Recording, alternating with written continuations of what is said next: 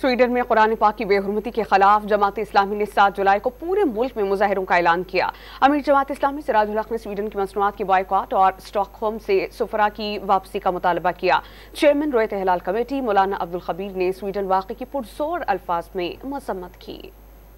امیر جماعت اسلامی سراج الحق Sweden میں قرآن پاک کو جلانے کی مذموم حرکات کو دنیا بھر کے مسلمانوں کی دل آزاری کا سبب قرار دے دیا اور مطالبہ کیا کہ سویڈن کی مصنوعات کا بائیکاٹ کیا جائے۔ جماعت اسلامی نے فیصلہ کیا ہے کہ آئندہ جمعہ 7 تاریخ کو ملک بھر میں اس عظیم سانحے اور المناک واقعے کے خلاف احتجاج ہوگا، مظاہرے بھی ہوں گے۔ جمعے کے دن ہر مسجد سے جلوس بھی نکلیں گے۔ چیئرمین رویت ہلال کمیٹی مولانا عبدالخبیر نے سویڈن میں قرآن پاک کی بے حرمتی کی شدید الفاظ میں مذمت کی۔ سویڈن میں ایک دفعہ پھر